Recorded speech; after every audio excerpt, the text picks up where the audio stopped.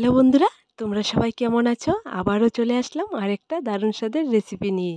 আজকের রেসিপিটা আম দিয়ে তৈরি করব অন্যরকম করে একটা আচার।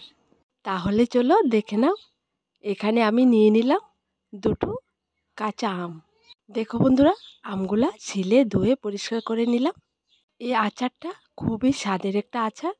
এইবার আমগুলাকে আমি একটা হ্যান্ড গ্রেটার দিয়ে গ্রেট করে নেব।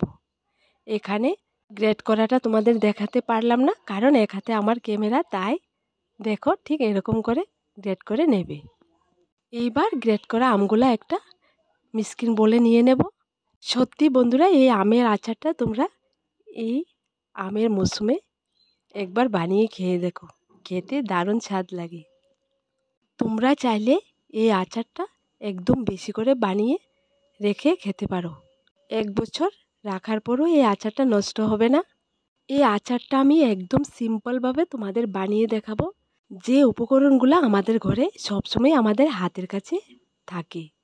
প্রথমে দিয়ে দিলাম আমি স্বাদ মতন লবণ, এরপর দিয়ে দিলাম একটা তেজপাতা দিয়ে দিলাম, আর দিয়ে দিলাম 4টে এলাচ আর 2 টুকরো দারচিনি, আর দিয়ে দিলাম স্বাদ মতন চিনি, যেটা তোমরা স্বাদ অনুসারে দিতে পারো।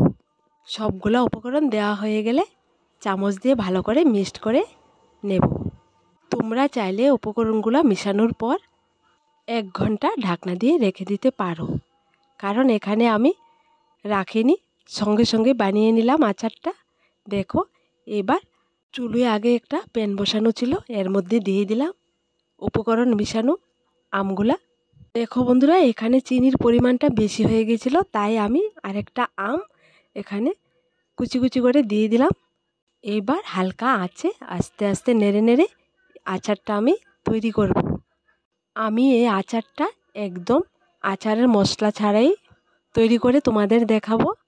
এখানে আমি 5টা শুকনো লঙ্কা মাঝখান দিয়ে 2 পাট করে নিয়ে নিলাম। আগে থেকে হালকা ভেজে রেখেছিলাম লঙ্কাগুলো। দেখো, আচারের মধ্যে দিয়ে দিলাম। এইবার আস্তে আস্তে নেড়ে নেড়ে আচারটা আমি রেডি করব। তোমরা যদি চাও তাহলে সামান্য পরিমাণ হলুদ গুঁড়ো দিয়ে দেবে, তাহলে দেখবে আচারের কালারটা খুবই সুন্দর আসে। এই আচারের মধ্যে কোনো প্রকার পানি অ্যাড করতে হবে না, কারণ আমগুলো থেকে পানি বেরিয়ে আসবে, তাই আমি দেখো এখানে কোনো প্রকার পানি দেইনি। দেখো বন্ধুরা, আচারটা যখন এরকম শুকনো হয়ে যাবে তখন নামিয়ে নেব। এখানে আমি আগে থেকে একটা স্টিলের থাল নিয়েছিলাম, থালের মধ্যে সামান্য পরিমাণ তেল ব্রাশ করে রেখেছিলাম। এবার আচারটা এই থালের মধ্যে ঢেলে নেব। দেখো বন্ধুরা, দেখতে কতটা সুন্দর লাগছে, খেতেও তেমন দারুণ স্বাদ। এইবার গরম গরম অবস্থায় আচারটাকে আমি সারাটা থালের মধ্যে সুন্দর করে সেট করে নেব। একদম রোদে দেওয়ার ঝামেলা ছাড়াই সুন্দর করে আচারটা সেট হয়ে যাবে। দেখো বন্ধুরা, এরকম সেট করার পর আমি 15 থেকে 20 মিনিটের মতো এই থালের মধ্যে রেখে দেব। তারপর দেখবে একদম শক্ত হয়ে গেছে। দেখো বন্ধুরা, আচারটা কত সুন্দর শক্ত হয়ে সেট হয়ে গেছে। এইবার আমি একটা ছুরি দিয়ে সুন্দর করে পাট পাট করে কেটে নেব।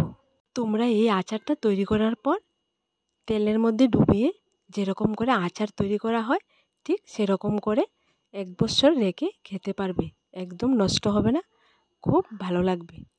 যখন তোমরা আচারটা এভাবে কাটবে তখন আস্ত এলাচগুলা আচারের মধ্য থেকে ফেলে দেবে, কারণ এগুলা থাকলে যদি দাঁতে লাগে তাহলে ভালো লাগবে না খেতে। এলাচটা দিলে সুন্দর একটা ফ্লেভার আসে, তাই আমি এলাচটা দিলাম।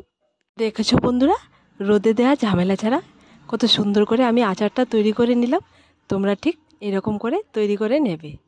তো আজকের এই রেসিপিটা দেখে তোমাদের কাছে কেমন লাগলো আমাকে কমেন্টে লিখে জানাবে।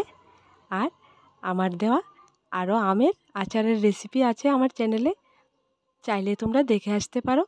তো আমার দেওয়া রেসিপিগুলো তোমাদের যদি ভালো লেগে থাকে তাহলে আমার এই চ্যানেলটাকে লাইক, শেয়ার এবং সাবস্ক্রাইব করে পাশে থাকা বেল বাটনটি অবশ্যই ক্লিক করে রাখবে, যাতে করে আমার দেওয়া নতুন নতুন রেসিপিগুলো সবার প্রথমে তোমরা দেখতে পাও।